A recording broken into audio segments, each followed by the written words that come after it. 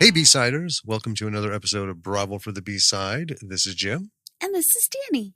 And we have an Irish cinema movie coming up. Yes. Can't wait to talk about it. Let's see. What's been going on? Well, I just read, now mind you, folks, when you hear this, it's going to be 2 weeks out. There is massive wildfire in Los Angeles in the upscale areas.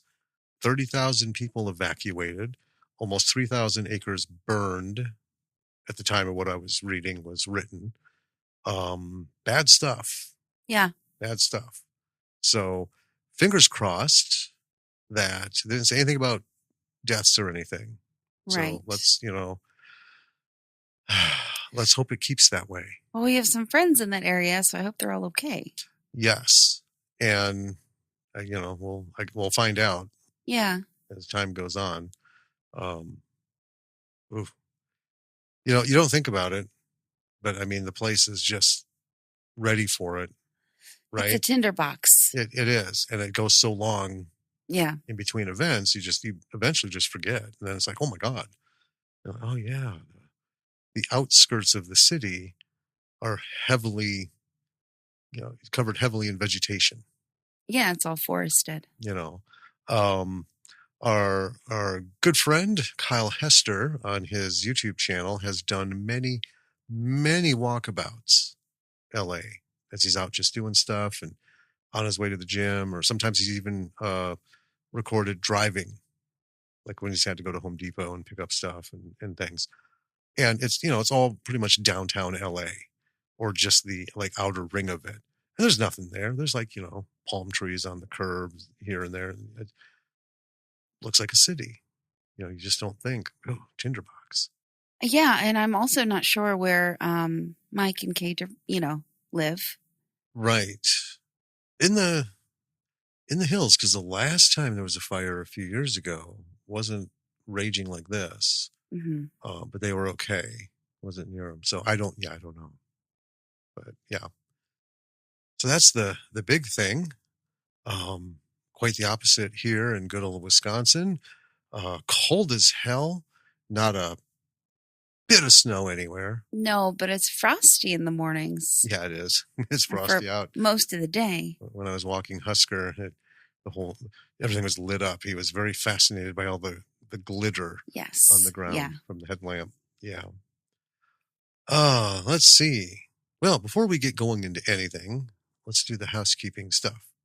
Okay. Number 1. Check out our website. lordsofmisruleproductions.com.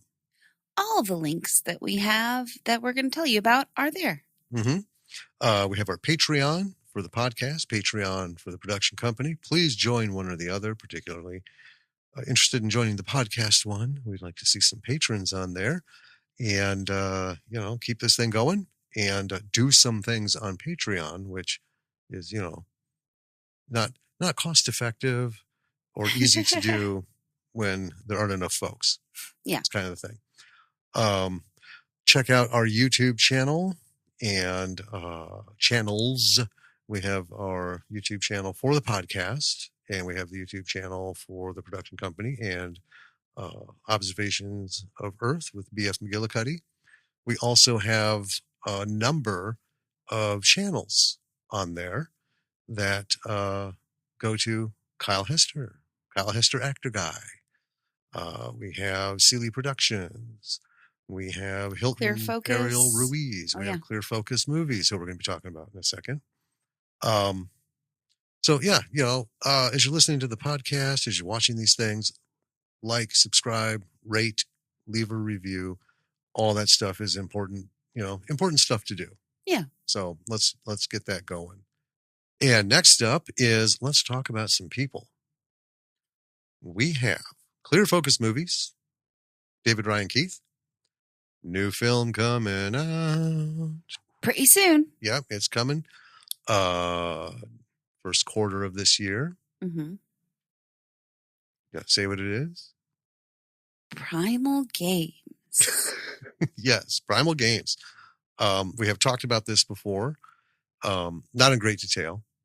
No. We will cover it closer to its its release.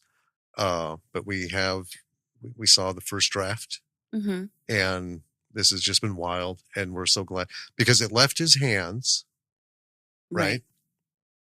And we were thrilled for him. I mean, indie filmmakers want to write and make their stuff. That's what it's all about. But occasionally, if someone comes in and says, "Hey, I'll give you some money," way more than I'm going to make doing it, my own distribution, please go ahead. Things happen, fell through, done. So he got it back and he decided to make it. Yep, yeah, made that bad boy. We have Talking Pondo, Making Pondo with Pondo Boys podcast. Next month in February, we don't have an exact date yet, but we'll get that. We'll be releasing the episode in which we were guests. Yes, they will be releasing that. Yes, they will. Yeah. But we're going to keep pushing it. And I suggest you check them out on their podcast. Catch up, if you will. Mm-hmm. They talk to a lot of great people, a lot of people from their films. Yes. And these folks are just fantastic. Because when we did the Revenge of Zoe with the cast, right? Wow. So fun. They are just the most excellent human beings, and that full trilogy is available on Amazon Prime. Yes, it is. Just a little reminder. Go to Amazon Prime and find Finding Frenzy, Revenge of Zoe, and Love Song of William H. Shaw. 1, 2, 3. And man, that's a long span to get those movies made. Speaking of long spans, following Anton Doiron, and he's still plugging away at Girl Yeti in a spaceship. Still plugging away. I mean, and that's like the flip side of indie, right? Like David doesn't take 5 years anymore. Right? He's reached that point. Kyle, on the other hand, this Preacher 6 has been just moving at a snail's pace, but he has also faced a lot of adversities, lost footage, damaged effects, files and stuff, just a whole bunch of stuff. So, but Anton, I mean, this is a labor of love. Oh yeah. Because he's been working on this bad boy since we he was our first interview. He was, yeah. Him and Carl Sears for Space Trucker Bruce, and Carl was Space Trucker Bruce, and Anton was the dude that bumped into him. I've said it before, and I'm going to keep saying it. Watching that movie replaced Planes, Trains, and Automobiles as my favorite buddy movie ever. It holds up. Yeah, reluctant buddy movie. Mm-hmm. It's wild. I've been thinking about it. I want to watch it again. So yeah, I've got some things coming up. Folks have things coming out, and we're going to keep up on that and just keep talking about all the folks. Yeah. When you visit these folks, websites, pages, YouTube, whatever, Instagram, please consider also joining their Patreon. Nobody's asking for a ton of money a month. No. Right. But Kyle really needs some help pushing Preacher 6 to across the finish line. I would love to see that happen. Anton does his own thing. He's not really a financier. No. He just does his stuff. But check him out on Instagram because it's a wonderful journey. Yeah. To see what he's doing with it, working with Blender, and he's got like 25 old. I love seeing all his little posts that he puts up. Yeah, like old 25, like old 486 machines. These old fucking computers. He's got them all roped together to render his effects. Yeah, I mean it's wild. It's wild, and I can't wait to have him on again. And we're going to be starting line up interviews for 2025. That's right. Getting people on. We're going to see, David will be on. Kyle will probably come on because, every little bit helps. Yeah. So get Anton on here. Get Cliff and Marty back on because I want to talk about, you made a trilogy. It's finally getting the life it deserves. Right. After all these years, Get a friend Jeff back on. Yeah. And see if Can't get Hilton. I just, Obviously, David. yeah, I would love to get Lowell Oh yeah, because he's kicking yeah. some Joel just stuff. put out Lowell. Yeah, Lowell just put out a Yeah. new film as well. yeah. So Trailers coming super soon for it, or is it the release? No, trailer. The release. It was a quick read, so I don't know, but it said January in there, so there we are. yeah. I think that about covers that, unless I'm missing something. Well, by the time this comes out, it'll be pretty belated, but I'd like to wish a belated birthday to our buddy Miles Trout over at the Disc Dump podcast. And he Yes. also is on High on Horror podcast. Mm-hmm. Check him out. I don't know how much stuff he's been putting out recently, but I know he's still plugging away at stuff. Yep. And Miles has had a journey as well. He has, yeah. He has. Good guy. And, journeys are journeys. Yeah, everyone's, We're all out on here one. doing their thing. Some are a little bumpier. Yeah. But hey, let's see. I can't think of any real movie news other than Dune 2. I keep saying Dune 2. Dune Part 2. Finally on fucking streaming. Yeah. For free. It's on Netflix. So we're going to see it. I'm going to see it reluctantly, but I got to see it through. You know what I mean? I get it. I'm kind of excited to see it. I want to see the second part. Yeah. I might like it. I don't know. I guess we'll find out. Yeah. I do believe that's it. There just really hasn't been a whole lot. I've been digging Squid Game. Yeah. Squid Game season 2, where I think we're nearly at the end, right? One episode I think so. left? Maybe 2? Well, the first season I think had 9 episodes. This one currently is at 7. 7. Yeah. So. We waited a while to catch into it, so we've been kind of like not really binging it. We didn't like go through it in a day, but we've just been hitting it as we can. Not of course, paying attention to what day does it come out. Right. So we're like, now we're But yeah, my opinion, I said it at the beginning, they came out hard. Yeah. I mean, way harder than last season. My gosh. Oh my God, this is wild. It is. So a lot of questions, mm-hmm. and hopefully we'll get some answers. Well, we got a clown movie. We do have a clown movie. This is like I said, it's a Irish-made film with a lot of other hands in the pie. Because anyone who's ever watched a movie from over there, it's like 7 solid minutes of pop-ups of what studios and who's been involved with it. It's like a football team. It is, yeah. Roster almost. It's pretty crazy, but yeah, this is one we watched a long time ago. Yeah, ages back, just for fun. And we were like, you know what? We should talk about this. Mm-hmm. And it ended up on our long list. Yeah, it's been on our list for a while. Yeah, so last finally week, getting around to it. Yeah. Well, we go through it and we're like, let's take a pick. Plus, we got some new stuff that's interesting. Mm-hmm. So it makes it hard. But yeah, it's finally getting its due. Why don't you tell us what it is? This film is called Stitches. It was released in 2012, directed by Connor McMahon, written by Connor McMahon and David O'Brien, starring Ross Noble, Tommy Knight, and Ewan McQuinn. Rated R. It had a $2 million budget. Mm-hmm. And here's the logline. Yes. Are you ready? Give it to me.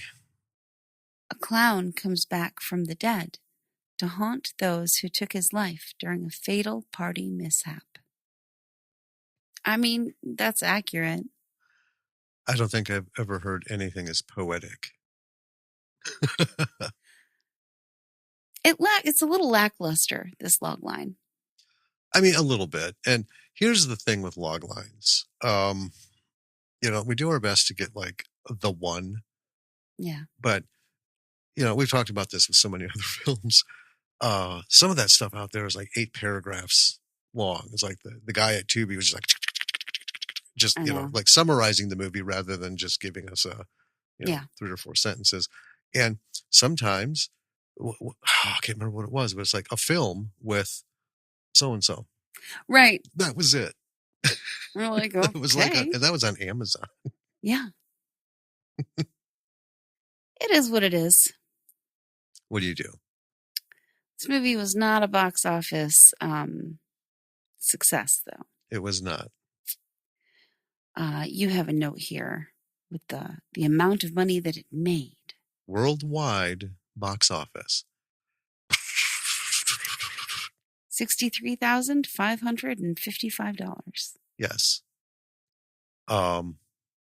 So in pretty much every circle, that would be considered a huge failure at the box office. I mean, it's a shame, though, because this movie's, I like it. Well, but here's the thing. And we've talked about this too. So that was the box office. What do you do with streaming revenues and rentals and stuff? A lot of that information just is not available. Right. Right. Well, in the film circuit as well. Oh, yeah. Doing festivals and stuff. So I feel like it did better overall, Yeah. But anyway, should we talk about what this movie's about? Let's jump in. Logline and all. All right. We start with a woman who is getting roundly fucked by a clown. That is the opening scene. Stitches, presumably. He finishes what he's doing, and then he has to run. He's got a job to do. We cut to a 10-year-old's kid's party. Mom is cutting the cake. Then we see Stitches blaring through the countryside in his little clown car, which is like a mini. Yeah. It's ridiculous. At the party, someone put a big knife in the dishwasher upside down. And I note that because it's one of those things where it goes in and it was kind of like out of focus. It was like focused in the background. Someone comes up, puts it in, and they drew the focus in. 2 things. Number 1, cinematic clue that this means something. Right. And just number 2, I hate that. I know. You and I have differing opinions on how to put silverware in the dishwasher, and we go by your... Well, I think the foreshadowing is going to tell us why we don't do that. Well, I don't stick steak knives in the dishwasher. I mean, that's true. We don't really butter knives. But yeah, we wash all of our other knives. Anyway, so Stitches comes barreling down the driveway. And I honestly thought for sure he was going to like plow into somebody,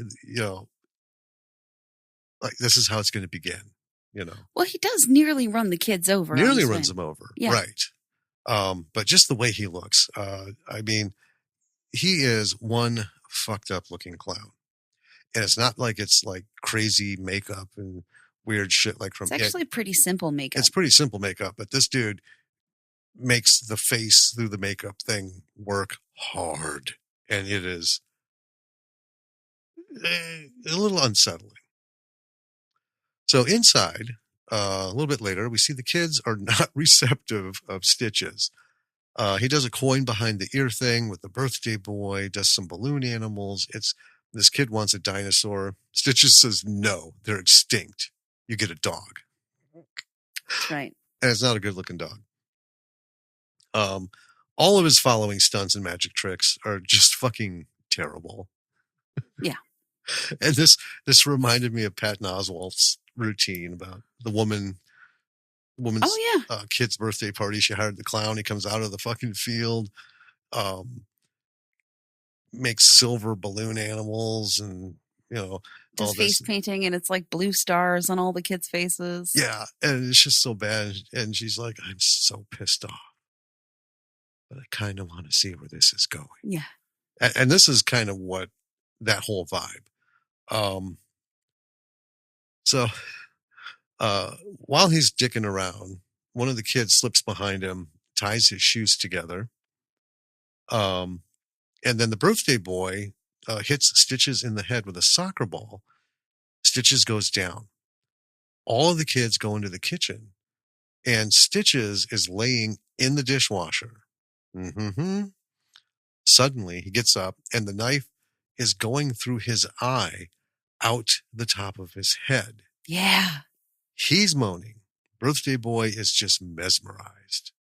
I would be too. Be like, what the fuck am I looking at? Yeah, it's amazing. I have that in my notes. It's amazing. Yes.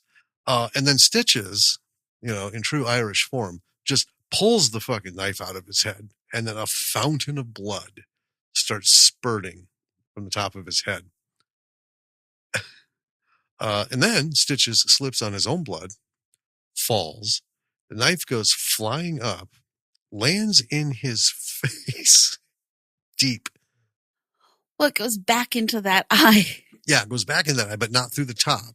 Right. Straight to the back.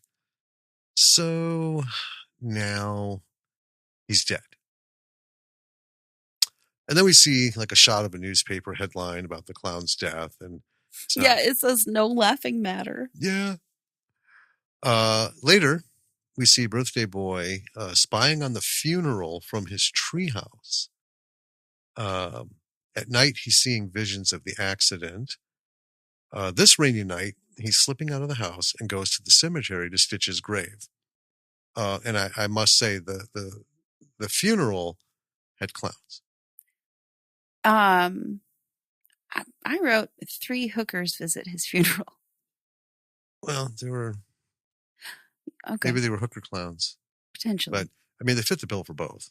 Yeah. So yeah, dual duty. So he goes to Stitch's grave. He hears some faint chanting. As why not? So he ends up tooling around, goes into a crypt. And there is some sort of ceremony having to do with some egg thing that we saw when Stitches was fucking that woman. Yeah. Yeah. It's an egg with his clown face. Yeah. And it's in this little holder thing. And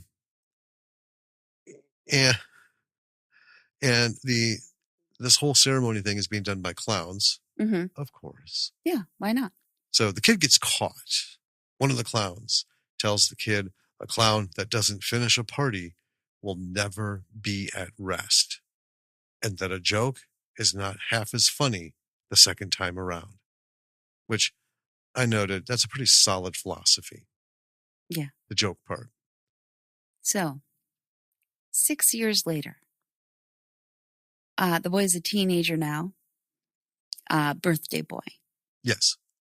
And he's like going into the kitchen and moving things around as his mom is cooking, but she's like not doing it well while she's on a call.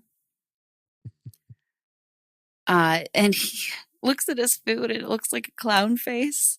Yes. And then we learn that this kid is heavily medicated. And he is thinking about, like, we learned a lot about these kids at the birthday party. Right. He's thinking about this little girl who like kissed him on the cheek at his party and just kind of starting his day. And then we get conveniently introduced subtitled names of his friends. Yes. Bulger, Richie, Vinny, and Kate. Helpful. Appreciated. So. Yeah. I mean, I got some notes in here on that, but this was an instance where names were less important to me than normal. Yeah. But, I mean, that was helpful, but fast. It was fast. I could barely keep up. So we have Kate, who's fighting off the advances of some dude at school. And then our main kid is Tom. And then it's just like introducing a bunch of these kids. There's girl talking to him as Kate walks away. That's Sarah. Anyway, Sarah is manipulating and rude. She's a bitch. Yeah. And also her boyfriend's a dick. There's a lot of names getting thrown around here. Yeah. So during the school day, Tom sees his teacher wearing a clown nose pretty briefly. And then his friends start talking about having a birthday party for him. And suddenly, the teacher is there in full clown regalia. Yeah. And rips off Vinny, is one of these kids, one of his friends, rips off Vinny's jewels. Yeah, this was... It's sort of like a fever dream. I mean, it is, but I loved it because it was like a slow burn. Mm-hmm. He's like, oh, okay, he sees the guy, he's the clown, he's going to get weird and stuff. And they cut back and forth Yeah. like 4 or 5 different times until, yeah, he just like goes into the guy's pants. Yeah. You And know? just rips him right off. Yeah, I was like, whoa. And out they come. It's wild. And then this clown teacher tells Tom his time is up. And then everything is like normal again. So we learn that Tom's birthday is the coming weekend. And Tom doesn't celebrate his birthdays anymore. Wonder why. But the boys are planning a surprise party for Tom that's not really a surprise party. They're basically just trying to convince him to have a party. Yeah. Well, we learned his mom's going to be out, away. Yeah, I mean, from what we saw of his mom, though, even if she wasn't, I don't think it would matter. Right. No. And he started with just like 2 friends. Mm-hmm. Like, hey, you want to come over? And then, of course, you know, like every good high school movie, It's a party. Party! Word gets around. Mm-hmm. So, Tom goes at night to his treehouse, and he is like watching the graveyard, and he has the silver coin that the clown gave him, and news clippings from the clown's death on his wall in his treehouse, and he also watches Kate, I believe her name is, in her window. Yeah, Kate's the girl who kissed him. Mm-hmm. We didn't mention it, but while it happened, but 10-year-olds. Right. Yeah, little crush going on. So Tom decides to agree to the party. And just as we're learning that, we learn that Kate's a bit of a rebel, wearing unsanctioned boots to school. Oh my God, yes. And the principal comes out, and the principal's absolutely ridiculous. I have a comment on that. Yes. Okay. So here, a lot of schools don't allow like headbands and stuff of certain colors, particularly in California. Sure. Right. It's where it started. So we have the Bloods and the Crips. And it's like, they put the hammer down. It's like, no, if you're coming to our school, you're not representing that bullshit. So none of that's allowed. So then they tried school, shoelaces in different colors, put bans on that. Well, in Ireland, Kate's boots were accused of being paramilitary. Okay. Because she had regular, like Doc Martin right type things on. And even though it's not a parochial school, there are dress codes that you can't wear things like that. You can't look like you're a paramilitary person because that smacks of IRA and things that they want to move past. Sure. Right. It's a wide definition. I mean, my Merrells, they're hiking boots, but they look almost like military issue hikers rather than, calf highs. Right. So where's the line? But anyway, that's why that happened. But yeah, the guy was still a dick. Yeah. So this whole scene happens where the principal is dressing down Kate, and then Tom invites Kate to her party, and he does it by like mocking the principal. Yeah. And the principal's right behind him while he's doing it. And then we have Tom just seeing clowns at weird times for a while. And then the bitchy girl, Sarah, and her douchey boyfriend confront Tom about not inviting them to the party. And he's like, not really planning a party. She kicks him in the nuts.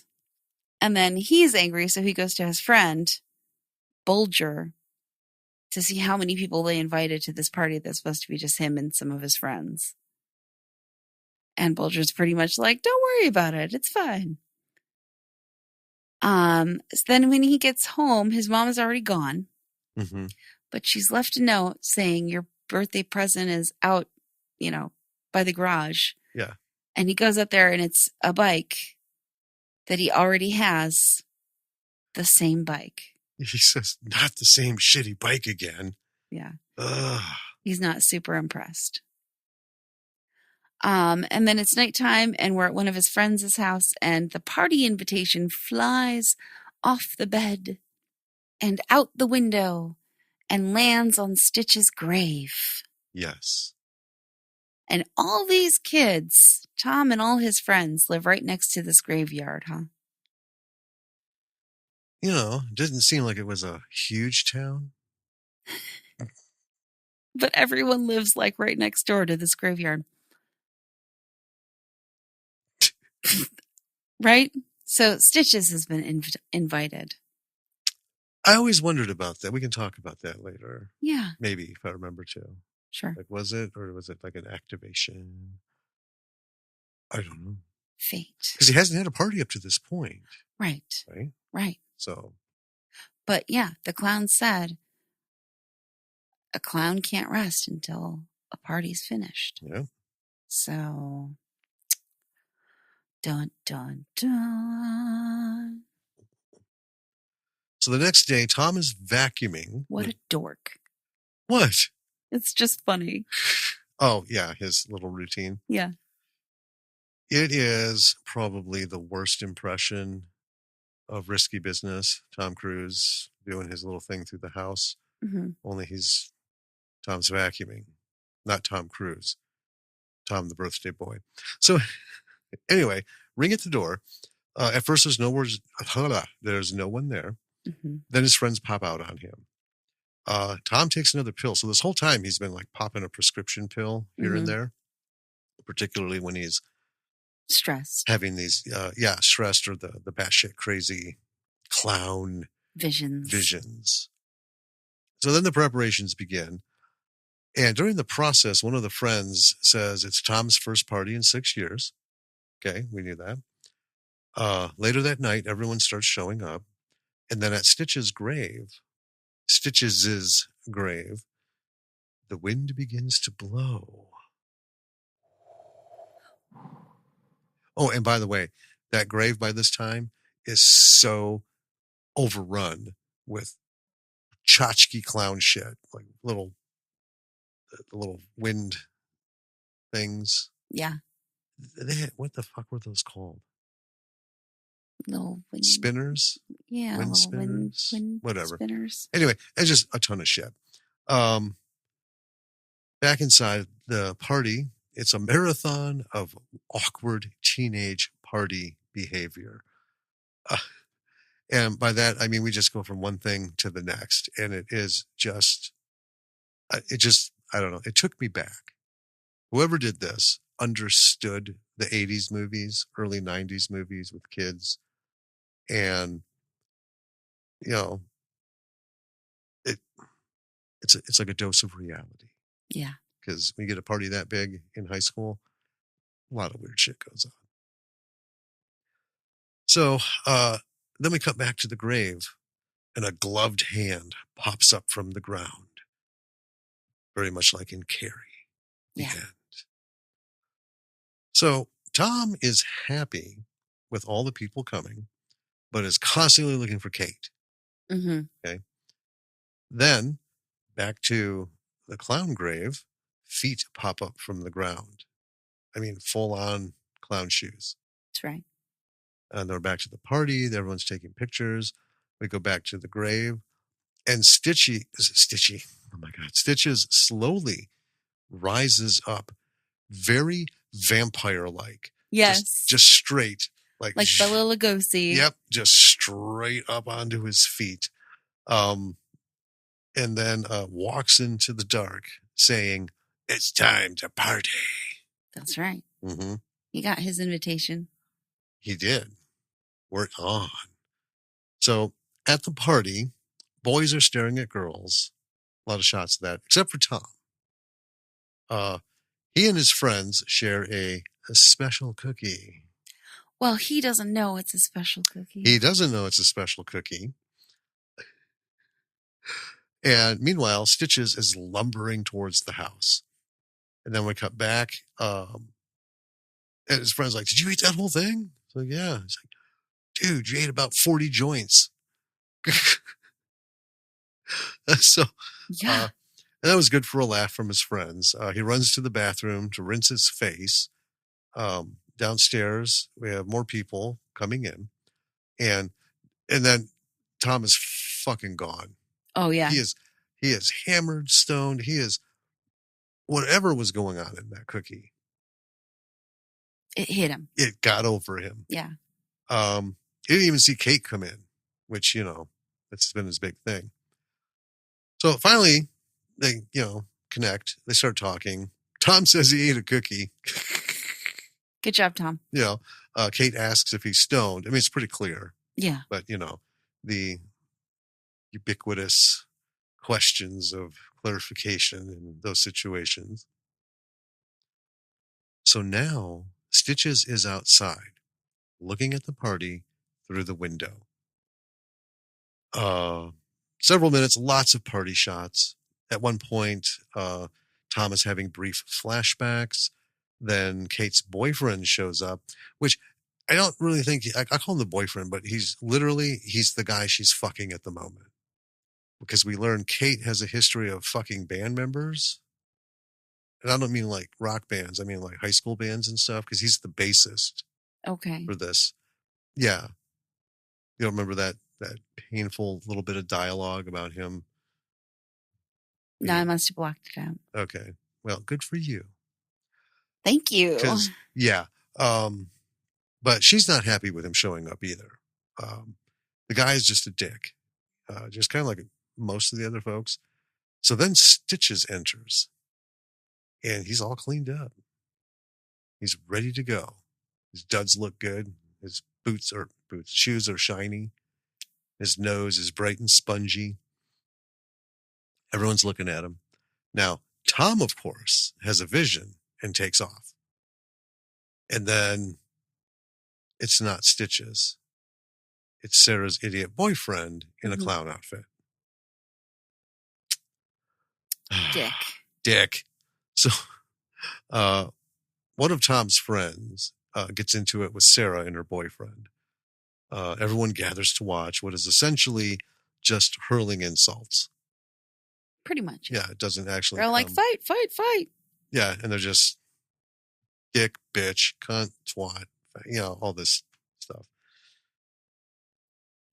And then, while the front door is unattended, the real Stitches enters. Of course, Tom has run off in embarrassment to his treehouse. Right. Kate takes off after him, leaving Dan behind, the boyfriend. Mm-hmm. And then we see Bulger go into the pantry for a first aid kit because I think Tom got punched or something. Yeah. And he gets distracted by the food that's in the pantry. Yeah. He's like, oh, my favorite. We don't see what it is. Yeah, we do. That. It's canned strawberries. No, not when he's looking at it. Oh. Because it's just like him looking at the camera. When we come back to him, yeah, he's knee deep in that shit. So then we have Kate and Tom in the treehouse, and they're like chatting about when they were kids. And she finds his telescope, which is pointed at her house. And she's like, what the fuck? It's a little awkward. It's pretty awkward. And he's like, no, I was looking at the graveyard. He starts telling her what he saw at the graveyard, the like clown ritual. Meanwhile, Stitches is following Sarah's boyfriend, who I just called Douche, because he actually got a subtitle name, but I never caught it. Yeah, no, I gave him just various names. I just call him Douche. Yeah. Anyway, Stitches is following him through the house. as he is trying to get out of his costume to piss. He doesn't make it out of his costume. No, he pisses himself. Yeah. Meanwhile, Tom is like going on about clown history to Kate. I just jump back to douche. Mm-hmm. What I loved about this is, we knew he was going to piss himself, but then he's just like, not again. Oh, yeah. Then we have Douche in his pissy clown costume. He's on the balcony. Stitches comes up behind him and pulls his ear off. Just grabs it, yanks it right off. And then his arm. And then he pulls a rabbit out of Douche's throat and kicks his head off. Now, these are not studio level practical effects, but they're not half bad. It's pretty clear what's going on. There's a lot of blood and they're a lot of fun. Well, I wrote good effects. Yeah. Because, I mean, that's what you want. Yeah. I don't need photorealistic things happening. It's No. like it's like watching Tokyo Gore Police. Sure. Right? Blood shooting out at 5,000 psi from a fucking fire hose. I know. I mean, come on. But you know what? I'll watch it over and over. Yeah. So then Kate and Sarah, Kate's left the treehouse. Kate and Sarah have this catty conversation when Kate returns to the party. And Stitches inside pulls his nose off, his clown nose. Mm-hmm. And is like, sniff him out, buddy. Yeah. And his nose rolls around, like leading him to a door, which is the door to the pantry. Yes. Where Bulger is inside stuffing himself on cans of strawberries. Yes. So Stitches comes in, and because of the party raging in the house, no one can hear Bulger crying for help. No. Stitches. Sorry, go ahead. Hold on. They can't hear because the dance music, you ready, folks, is Die in Your Arms Tonight. Yeah. Quintessential high school party music for its time period. I just died in your arms tonight. Yep. Can I just jump back quick? Yeah. Because in the treehouse, we had a little exposition that Tom has been studying clowns for like the last 6 years. Yeah. And he explains to us the egg. The egg holds that clown's spirit after death. Sure. Every clown paints an egg with their face on it. Yeah. And I guess presumably, in case they die at a fucking party, they can eventually come back and finish it. I don't know. Who knows? Anyway, back to Bulger, who's getting his head cut open with a can opener. Yes. By our buddy Stitches, who then scoops out Bulger's brains. With an ice cream scoop? Yes. And that song, Just Died in Your Arms Tonight, is playing as we watch Stitches cradle Bulger. Yeah. It was a little weird, but funny. It was funny. And then Sarah comes in and Stitches is puppeting Bulger until she goes away. Yeah, he sticks his hand. I think it's on the back of his neck. On the back, like the back of his head, holding it, and then kind of like lifts him up, stands behind him. Mm-hmm. It just does a little movement. Yeah. And Sarah has come in looking for Douche. And then we see Vinny and some girl going upstairs to one of the bedrooms. And Tom is watching from his treehouse and he sees Stitches in one of the windows. And Stitches waves at him and flips him off. And, sorry, go ahead. Nothing. I just continue. Okay. So he initially pulls up the ladder for the treehouse. Because Tom's like, nope. It's a little tough if you've been hallucinating clowns all day and you see the clown. Is it right? Yeah, waving at you. Yeah. So Sarah, looking for douche, finds Stitches instead. And he initially tries to kill her with an umbrella. I love these. I love the little like clown tools that he uses. Yes. But she shoves her heel in his throat, and interestingly, he doesn't bleed. Right.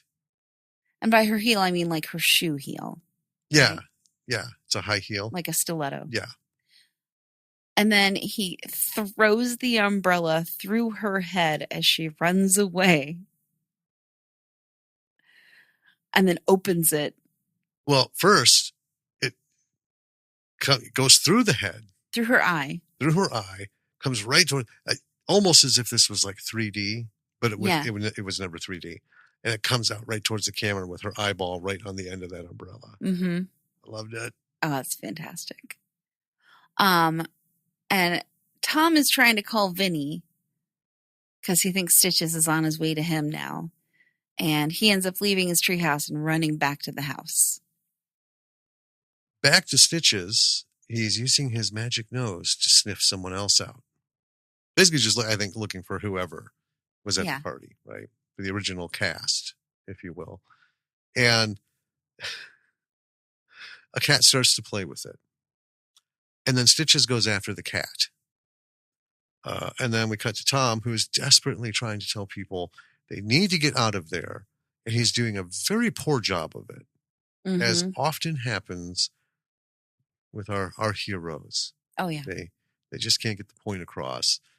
So it's all to no avail. So Tom goes in the house. Stitches is killing the cat in all kinds of brutality. 9 times. I mean, yeah, he's counting. And he's, Jesus Christ. That was not expected. Not expected. A little shocking. And then when it like soaked in, laughed. Yeah. You know. So then Tom is trying to tell Katie that Stitches is back. Tom turns down the music, tells everyone a killer is in the house. Again, to no avail. He ends up grabbing a big knife and goes upstairs. Tries to go into the room where his friend and the girl are. Door's locked. So this was a couple ran up into the room. This was way, way earlier. Yeah, Vinny and a girl. Yeah.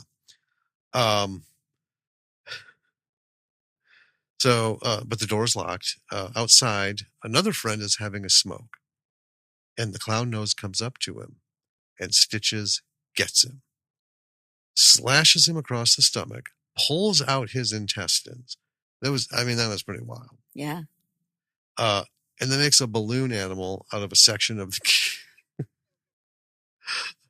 the of the guts. And the kid is trying to stuff them back in as he's making this. Right. And it's a balloon dog. Yeah. Yeah. Much better than the first one. Much better. Yeah. So the kid's trying to run, trips over his own guts. And this, a little bit of a spoiler. This is like the best part of the whole movie. This was the best kill. It's super fun. He takes the balloon pump, jams it into the back of the kid's head, and starts to pump it. Folks, I can't do justice to what this fucking looked like, but it was top fucking notch. It was excellent. Right? Yes. This goes way beyond like the other effects and everything. This was a stroke of fucking brilliance. So anyway, he pumps this fucking head up and up and up. And then finally it pops. So the sex friend goes back to the room, but Stitches is instead of the girl. The sex in bed friend? instead. Well, I didn't catch his name. So Tom ends up stabbing Stitches in the back. They both kick him to the ground. Doesn't stop him. He hunts them through the house. Tom runs into Kate's sort of boyfriend, the douche. And, no, the other guy was the douche. Clown guy. Yeah. Yeah, this guy's just a dick. That's all I refer to him. And I lost my place. Ends up clocking him. Just bam. Girl from the party finds the dude whose head just popped outside. Stitches comes out, scares her, then runs to a window, goes through it into the house. Kate goes in and he asks, "Is everybody happy?" And that's kind of his thing. Yeah. Panic ensues, of course. They all run out. And then Stitches calls out, "Blowjob Kate." Well, that's what Sarah had called her earlier when they were arguing, because she was constantly fucking band members. And Kate doesn't like that. Right. So that catches her attention. She turns around and he knocks her out with a 40-foot spring hand. Yeah. Just his whole hand, bam. Inspector Gadget style. Ends up shoving Tom's head in a sink as they're fighting. Tom fills Stitches' mouth with dish soap. And then all of a sudden, Tom gets a vision of the egg thing. So he and Kate run out and take his bike. Stitches follows on a tricycle. I don't know what it is. It's a baby trike. It is. It's a baby trike.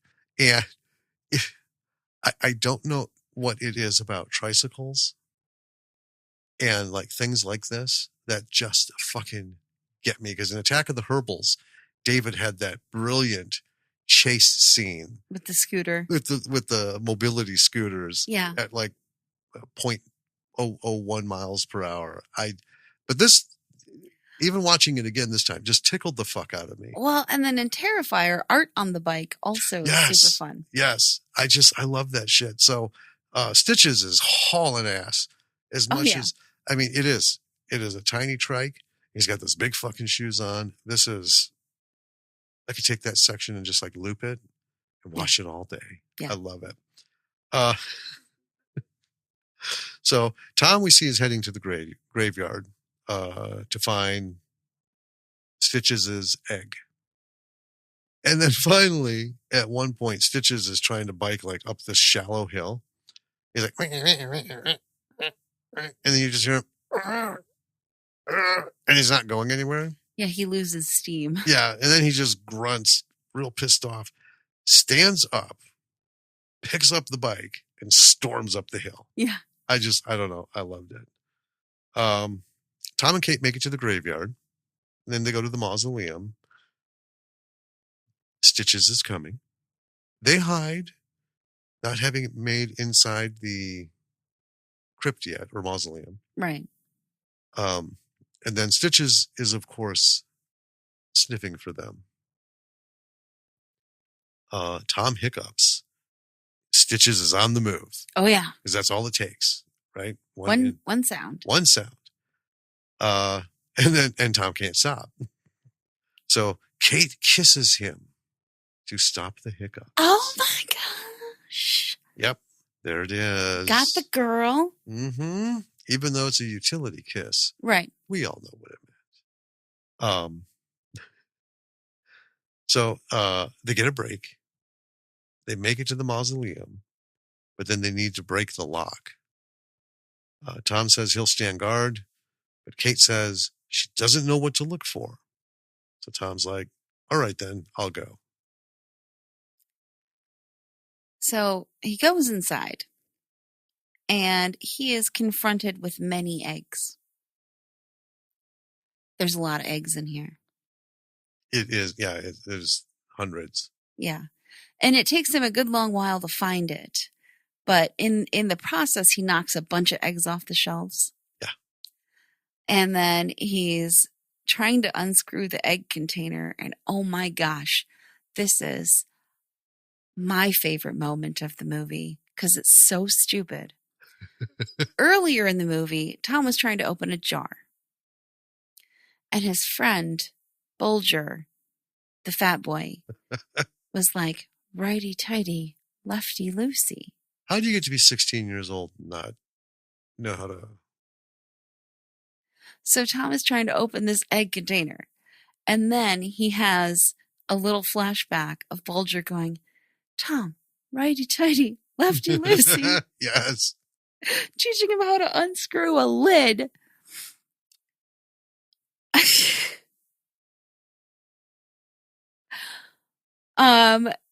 And so he's got the egg thing, and he goes outside with the egg, and Stitches is waiting. Yeah, he is.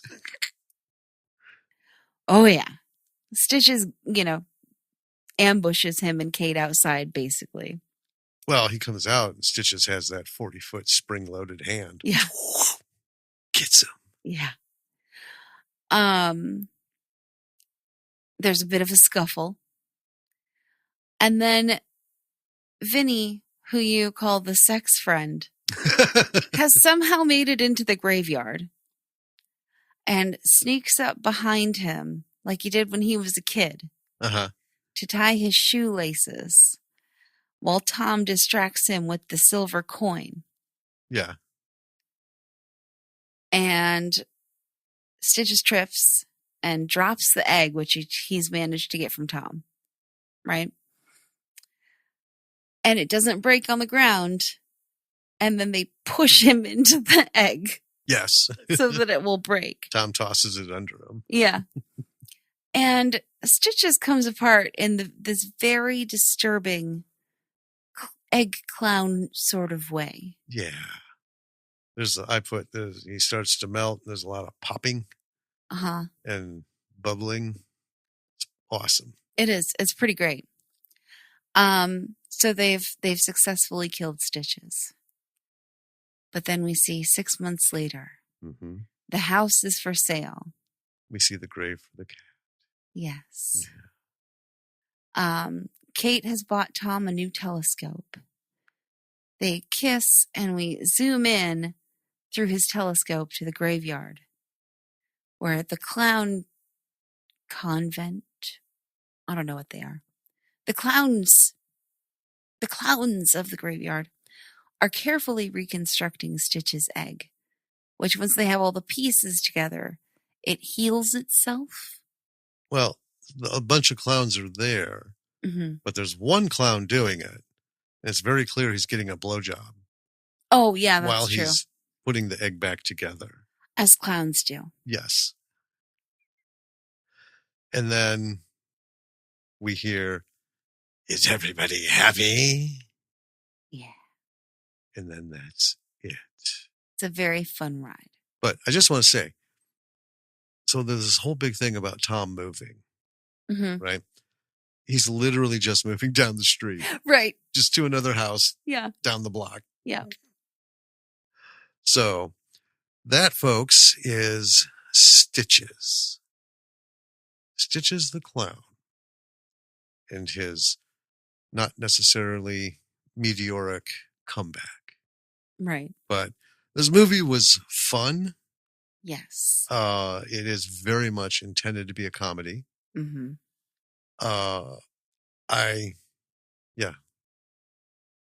Let's get into this. So, first of all, the music. There's opening music that's very groovy. Yes. And really sets the tone for the film. And it felt throughout the film, it felt like they paid special attention to the music in critical spots, either to set the tone or make a joke or, do what they could for the film. Right. To make it more fun. Yes. Fun was the tone. I mean, okay, so as a horror movie, it's pretty good. Oh yeah. The problem is movies like this suffer when compared to the horror genre as a whole, because this is a horror comedy. Right. And there just aren't enough horror comedies, I think, to, base real big metrics on, because the underlying thing is horror. Right. Right. Because we've seen some that had very little horror Oh, yeah. and just a lot of like dumb jokes Yeah. kind of things. Um, with the effects, it played into it. I mean, there's a lot of blood. There's so much blood. I mean, it checks that box several times. Yeah. You know, the creative ways of killing Mm-hmm. checks a box because Mhm. even in like Terrifier films, right? It's just how's he gonna fuck with somebody next, Right? right? What's Art up to, kind of thing.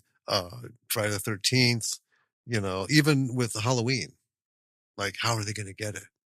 You know, right? That's kind of the thing with a pure horror is not just the things that happen, the blood and murders and stuff, but how, you know, Well, and this was, it sounds silly, but this was a thoughtful film. it really was. I mean, the way that he kills a lot of these kids is related to some of the things the kids did to him at the party, Mm-hmm.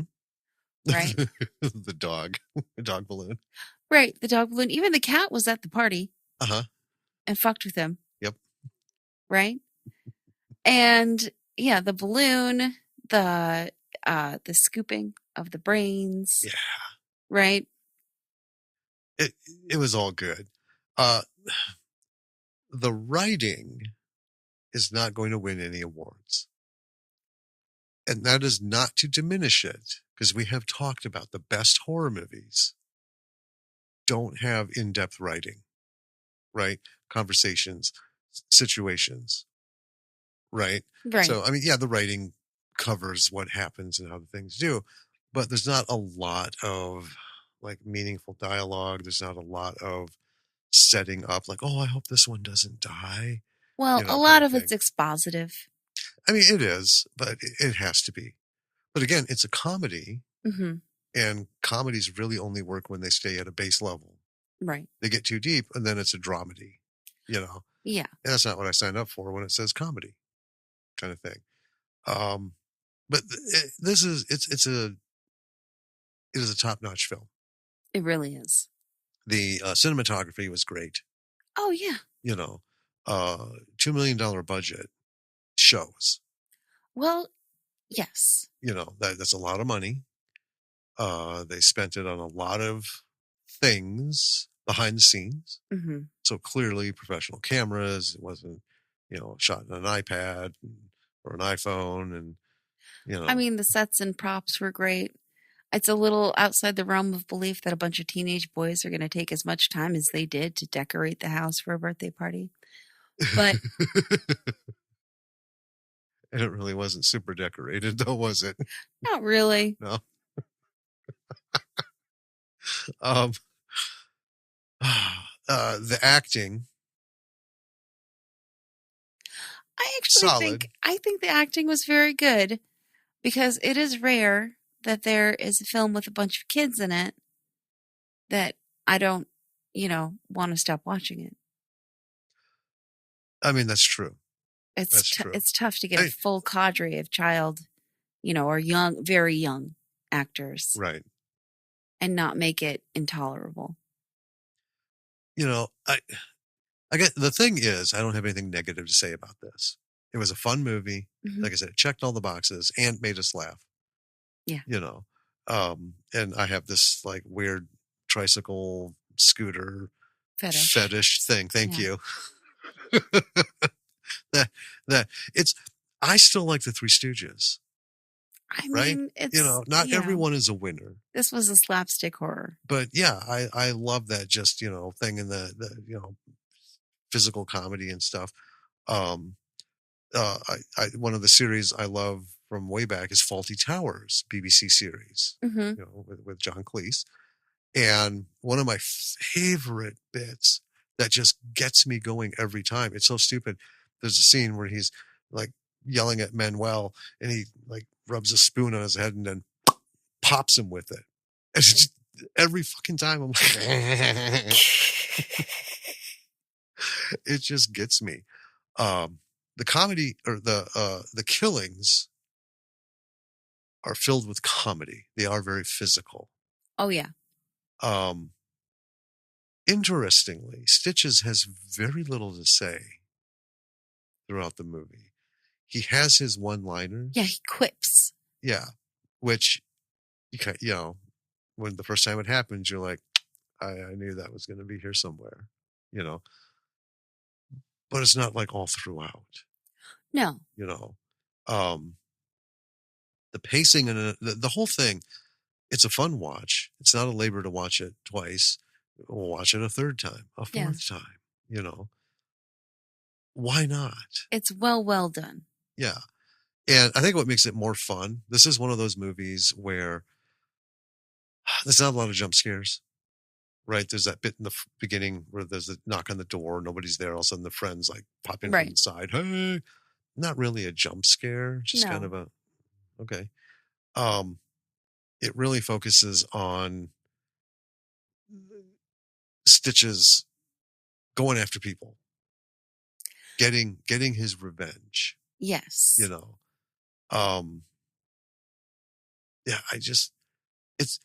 it's a good movie. I mean, there's a lot of things like the cinematography, the camera work. What I like about this is because this is still recent enough where it's in the era of shaky cams, and we all know how I fucking hate that for the most part. Very few people have been able to pull that off. We don't have that here. Right. It's $2 million budget. Well, I'm going to buy an expensive tripod. Now, to put a camera on, I'm going to hire somebody to run it. And you know what? At the end of the day, it's going to look like somebody knew how to run a fucking camera.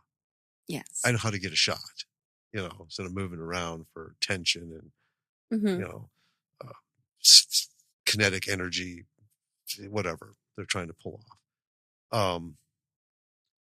There's also, for a movie with high school kids, surprisingly absent nudity. I respect that. Well, me too, because if this was in the 80s, I'm not going to lie. That was me and my friends. It was the only reason we snuck into theaters because we just wanted to see tits. Yeah. Right? Yeah. Why not? You're 13. You're like, I'll give that a go. And that's why, I have in my repertoire of things I've viewed some of the most horrendous movies ever made. Yes. Because that's all they were. It was scaled back National Lampoon stuff. I think first of all, you can't do that with minors. No. Right? And this is one of those where not everybody looks like they're 45. No, they all do look like high school kids. Yeah. And there's a scene during the party where they're going around just showing all the party stuff happening.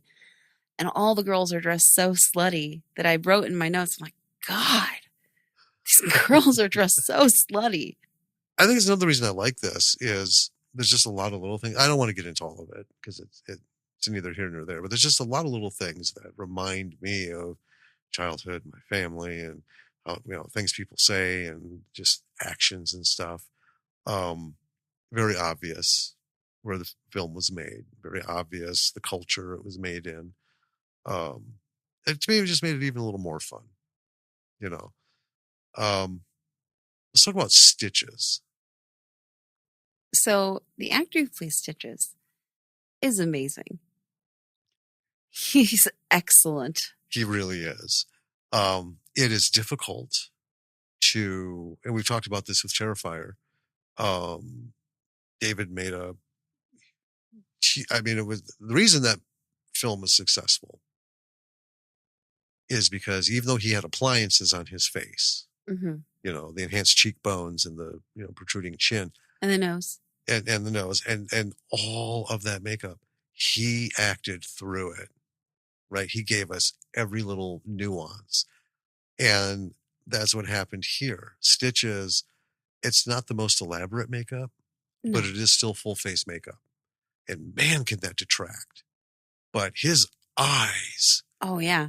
You talk about giving us a fucking wild, like right from the beginning when he's, got that woman bent over and he's riding her before the party. You just look at him and you're like, oh man, this guy's a fucking mess.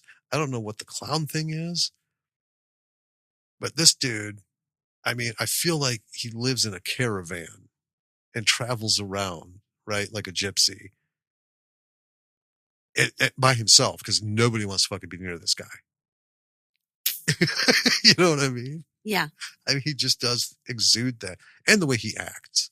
He's got great body language. Yes. Yeah. Yeah. There's no mistaking what you're looking at. I think that's pretty great. How he was written, I like the fact that there weren't a lot of forced nuances. He's straightforward.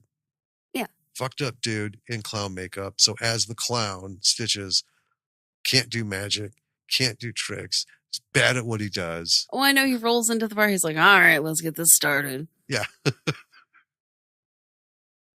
Yeah. Almost like he was sentenced to be a clown.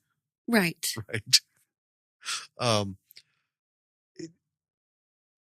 I like that we get what we need to get of him before he, I don't know, the whole thing in the beginning, he pulls the knife out. Yeah. You're like, that's actually pretty badass. It is. Right. But, then to get stabbed, stabbed in the same fucking eye while he's on the ground all the way through. Mm-hmm. Like, wow. Okay. What a stupid way to go. And he does have prosthetics as dead stitches for that eye. Yes. Because he got stabbed in almost sort of a cross manner. Yeah. In the eye. Went in one way and then 90 degrees the other way. And of course those little kids that they had for the beginning, wonderful. The reactions were fantastic. The whole thing, typical wild, out of control, just future hoodlums. Yeah. That's pretty much it. Basically. Yeah. I really enjoyed this film. I think the things to take away from it, sound, again, with that kind of budget, like I said, there is nothing lacking. Oh, no. Right? I think the effects weren't done cheaply. I think they were done deliberately to fit the tone of the film. Yes, I agree. Yeah. I mean, it's a bicycle pump. Blowing up a head. To like 8 times the size. Yeah. That is, God, here's the beauty of radio or, audio podcast. Just can't show that. Right. But it's hilarious. Oh, well, they're not bad. They're just, they're corny in keeping with the tone. Yes. I do want to say, keep watching through the end. Yeah. Through the credits, right? There's some outtakes and stuff. And I think that watching that solidified how fun it was to make this film. Yeah. Right.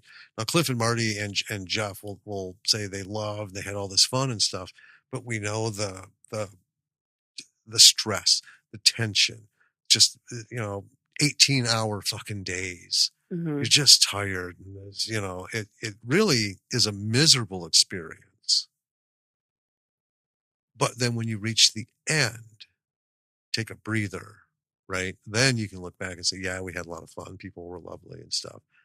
Kind of settles, like melted butter into bread, just settles down in there, all the bad shit that right. happened. And it's like, yeah, this is still a good piece of toast. Yeah. The music, like you said, was beautifully curated for this movie. Yeah, tonally perfect. Yes, because, that's my thing. Music can make or break the best of films, mm-hmm. right? This was fun. And when they stood down in your eyes tonight, the first time I was like, oh, yes, because that is so seldom used. I know. And here's the funny thing. So, like when I was in Ireland back in 2005 and going to the coffee houses and the stuff and the restaurants, walking through town, the music playing, it's just like watching BBC, right? You get that sense that they're not quite in the same time period. It's almost like there's a time shift, when you go over there, because I'm there, I'm like, man, this is a lot of good shit, but this is like, 8-9 years in the making. Yeah. But and they're not doing like, 70s coffee bar. That's what's happening now, which is, I've always just found weird. I think anyone would find it weird. Wherever you're living, you go somewhere else, what they're listening to, whether it's, new, what kind of new stuff, old stuff, whatever, fashion, all that. I mean, everyone probably finds it a little strange, but it's just one of the things that kind of makes it what it is, you know. The storyline about clowns. Yes. So it's a little bit convoluted in this film, but it also still fits with the tone, right? It's not like overdone. Keep going. Yeah, I got it. So I did learn that clowns do paint eggs with faces. Not clowns necessarily always, but people paint eggs with clown faces as a sort of informal patent Right. of the face, which is interesting. There's Yeah. a register in London. Fascinating stuff. And I think it's fun taking that idea of that and making it sort of this like clown society. Even though Stitches himself isn't actually a very good clown, and he doesn't seem to care about his clown persona all that much, Sure. right? He's still a clown. Well, I mean, that's kind of it. He's part of the club. Yeah. I'll use the term brotherhood, even though nowadays, there are women clowns.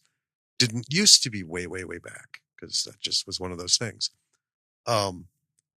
But it's that brotherhood mentality, Yeah. right? One of us. You don't talk about how bad so-and-so is because they're part of the brotherhood. We are clowns. Mm-hmm. We don't do such things, right? You said, because you had talked about it, it started in like the 40s. The 1940s, yeah. To copyright the look. Yeah. Because that is a big thing. I mean, you go back to like the sad hobo clown, right? Mm-hmm. He was a more elaborate clown makeup. Right. Right. But yeah, it goes way back to you don't copy another clown's face or persona. Yeah. Well, I loved that line in the beginning where they're like, the jokes aren't half as funny the second time around. But actually, they were much funnier. Yeah. Well, I mean, what they meant was it's going to be bad when he comes back to finish the party. Oh, I could see that. Yeah. Yeah. Because a clown can't leave a party unfinished. No. Well, so folks, if you hire a clown, keep the knives out of the dishwasher. Yeah. Or if you're going to put them in, point down. Try your best not to kill the clown in some weird Rube Goldberg style accident. Yeah, that was a whole thing. Yeah. Yeah, because you don't want that. You don't want him coming back. Yeah. Nobody does. Just trying to think of any of the other things. I mean, this film overall is a good example at every level, right? Lighting, directing. Acting, directing was obviously music. solid. Yeah. The director and in the editing, the Mm-hmm. combination of both, very nicely paced. Didn't make me wonder, should I just go to the bathroom and without pausing the movie, because nothing's happening. Right. We've all been to those. It's like, I'm not going to miss anything capital.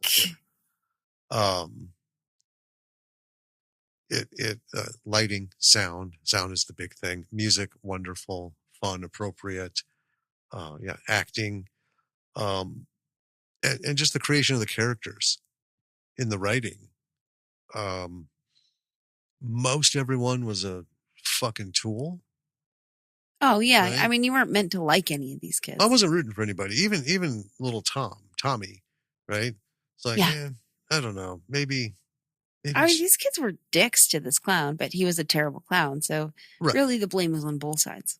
Well, it is. I'm just talking as a person, though. Tom, there were several times where I thought, you know what, maybe it would just be best if Stitches got you, because there was a moment in my notes where I think Tom is talking to Kate, and I knew Stitches was on the way because we just watched him get up from the grave, and I'm like, "Come on, Stitches, let's get him moving." Yeah, Tom is a handful to handle. I mean, yeah. Yeah. Lots of good lessons. I mean, this is a good, fun horror comedy. It is. The only things I think, in terms of taking lessons, if folks, you see this, and like I said, whatever you are in the filmmaking world, obviously not everyone's going to get a $2 million budget. Now, we count this clearly a B movie, not so much indie, even though most of the films from overseas could be classified as independent film. Because while they have these production companies and not necessarily giant studios like here, nobody has a setup like we do here. Nobody. No. In Hollywood. And I think, which is why we love foreign films so goddamn much, because I think we need to get rid of that whole setup, right? And anyway, you're not going to get your $2 million budget. So even though the effects were deliberately campy and appropriate for the film, you may not be able to get those. Correct. Right? So you do what you can. But what you can do is learn from the direction, the lighting, all of the stuff. Locations. If you can't build a set, find a location. That's where a lot of these overseas films, they don't build sets. They just find a place to shoot it in. Yeah. Right? And especially as you get lower budget, like, David, found that mansion. Oh, yeah. It had a very short time period to get it done. Mm-hmm. Right? But why try to spend money building a set when for like a third of it, you can rent a location and shoot the shit out of it? Right.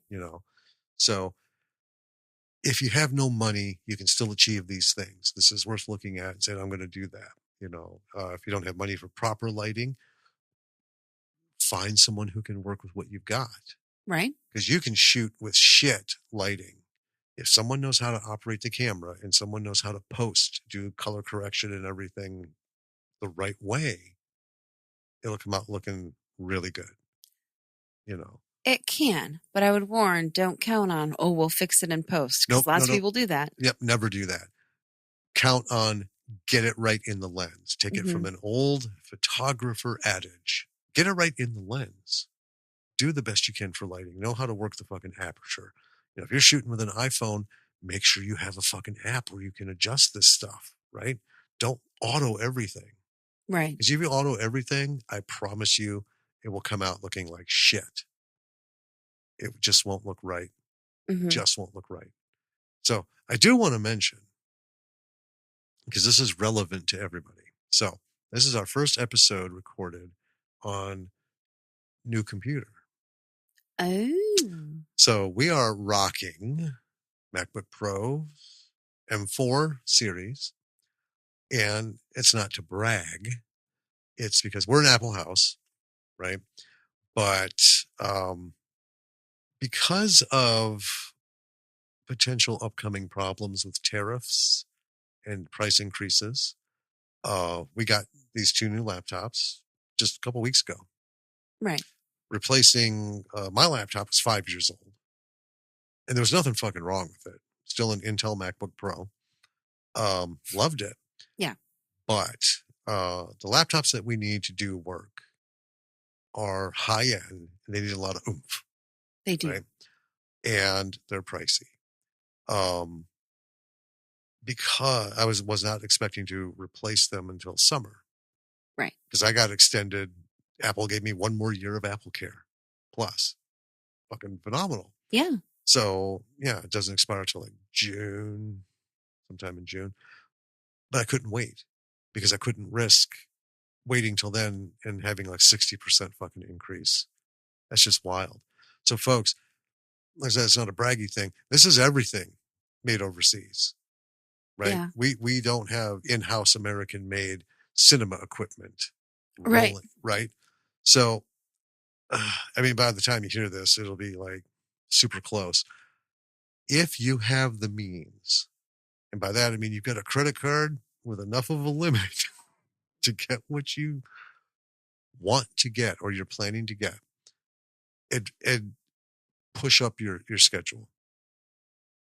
Because this is going to hurt a lot of low budget, no budget filmmakers, you know, because I mean, for everything, anything, they don't even know for sure what's going to be affected. Yeah, this might all be bullshit. Something might happen to stop it. I don't know. But this is a reality in independent film where cost kills. Yeah. Right. I just want to let people know that, you know, hard times could get harder and budgets could get way leaner because, yeah, if you're going to pay almost twice for everything, you'll only be able to get half as much because you're not getting any more money. Right. That's going to stay the same, you know. So yeah, folks, take a look at things that you want to do. And we talked in the last episode, 2025 is the year, you know, kick its ass. Let's do it. Mm-hmm. Right. So if you feel like you're going to make a film this year, do what you can as fast as you can to get something. If you feel like you need a Black Magic, you know, you know, Ursa or Red, whatever, right? Find the one that you can afford because you don't need the big one, like the Black Magics. They're all fucking good. You know, don't listen to the reviews. Just, they're all good. Pick out one that you can get and make every effort to get it. Even if you're not ready to make the film, right? Sure. You know, have that shit ready to go before it becomes unattainable. That's always a big fear. Absolutely. Okay, that's my PSA. Okay. Yeah. Hey, check out our website, lordsofmisruleproductions.com. Seems like I've heard that somewhere before. Oh, golly. Everything is there, folks. There's a link to email links to reach out to us, links to our Patreons, YouTube channels, the whole deal. Obviously, page with the podcast if that's how you want to listen to your podcast episodes. We're on, I don't know how many, Apple, Google, Spotify, iHeartRadio, just all major podcast platforms. Yeah, it's all kinds of shit out there. But if you like us and you want to support us, become a patron. Yep. $5 a month. You get episodes a week early. Mm-hmm. I think that's about it. That's about it. Oh, well, with everything. Like, subscribe, rate, review, share. Let's share. Because, you know, the more it gets around, the more the algorithms work and stuff. Think of back. Rocket. Yeah. Okay. Well, B-siders. Yeah. Until next time, this is Danny. And this is Jim. We'll catch you later. Bye.